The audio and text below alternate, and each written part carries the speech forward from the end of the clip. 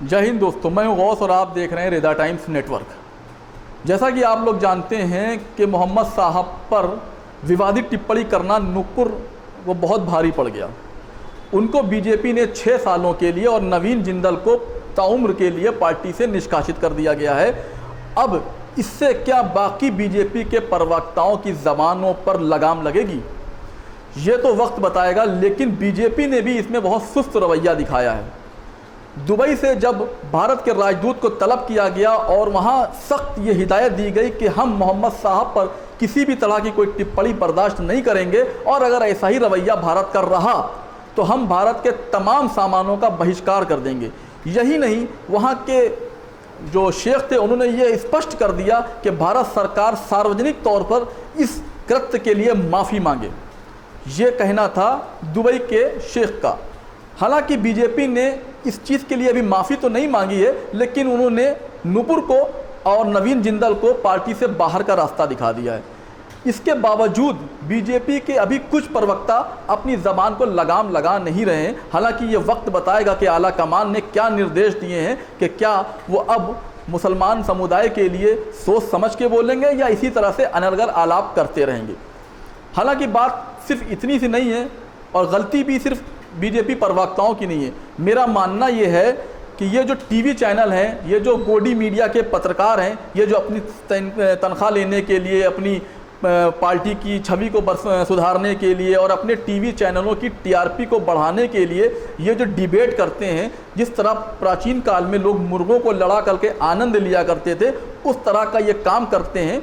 इन पर भी रोक लगनी चाहिए। और करते क्या हैं, ये 2-4 विपक्षी पार्टियों के लोगों को बुला लेते हैं, 1-2 मुसलमान नेताओं को और मुसलमान मौलानाओं को बुला लेते हैं, एक आध बीजेपी के प्रवक्ता को बुला लेते हैं, कुछ सामाजिक लोगों को बुला करके आपस में भिड़ाते हैं और लड़ाते हैं। इसी का ये नतीजा है कि कोई ना कोई जब भावुक हो जाता है तो कुछ भी मुंह से अनर्गल बोल देता है। मैं यहाँ पे सिर्फ नुपुर शर्मा की गलती को नहीं मानता। मुझे पता है कि उन्होंने बहुत कृत्य और घिनौना काम किया है, लेकिन ये सिर्फ उनकी गलती नहीं थी। मेरा मानना ये है कि ये जो मुसलमान पक्ष के लोग जाके मौलाना जो टोपी लगाकर कुर्ता पैजामा पहनकर जो टीवी डिबेटों में पहुंच जाते हैं, सबसे ज़्यादा गलती इनकी है।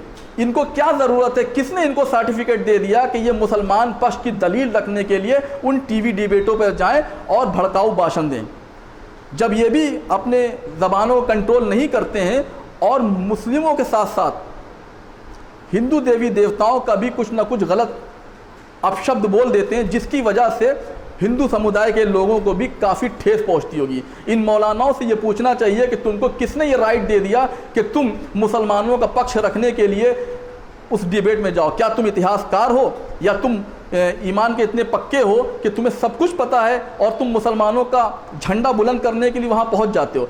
दरअसल ये सिर्फ 5-5 हज़ार रुपये पे बिकने वाले टुच्चे मौलाना हैं जो इस तरह के कृत्य को करते हैं।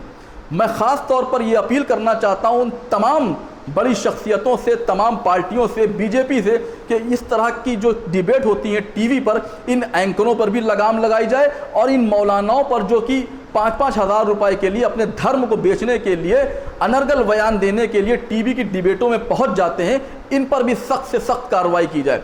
सिर्फ नूपुर शर्मा पे या नवीन जिंदल पर कार्रवाई करने से इस तरह के माहौल पे लगाम नहीं लगेगी।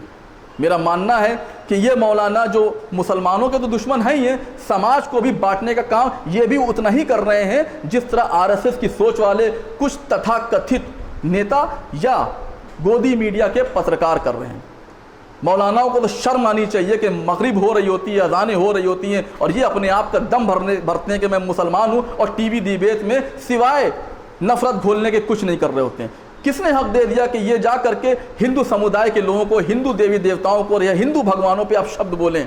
जब ये बोलते हैं तो पलट में इनको भी सुनना पड़ता है, जिससे तमाम मुसलमानों को दिलों को ठेस पहुंचती है और इनके मौलानाओं के बयानों से तमाम हिंदू भाइयों के दिलों को ठेस पहुंचती है। जब तक इन सारी चीज़ों को नहीं रोका जाएगा, जब तक इस तरह की डिबेट चलती रहेंगी और ये डिबेट सामाजिक सौहार्द के लिए, हिंदू मुस्लिम एकता के लिए, हिंदुस्तान के भाईचारे के लिए और इस खूबसूरत देश के लिए अभिशाप बन करके आती रहेंगी।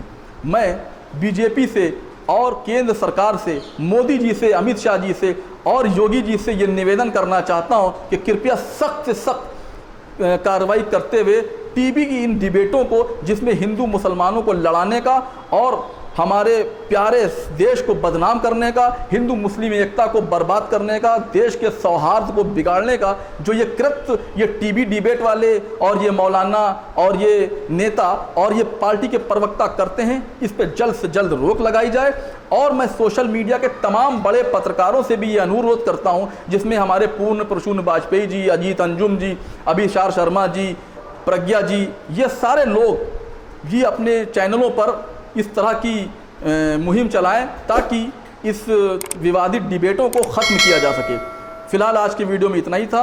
अगले वीडियो में आपके सामने फिर प्रस्तुत होऊंगा किसी और टॉपिक के साथ। जब तक के लिए दीजिए मुझे इजाज़त। जय हिंद।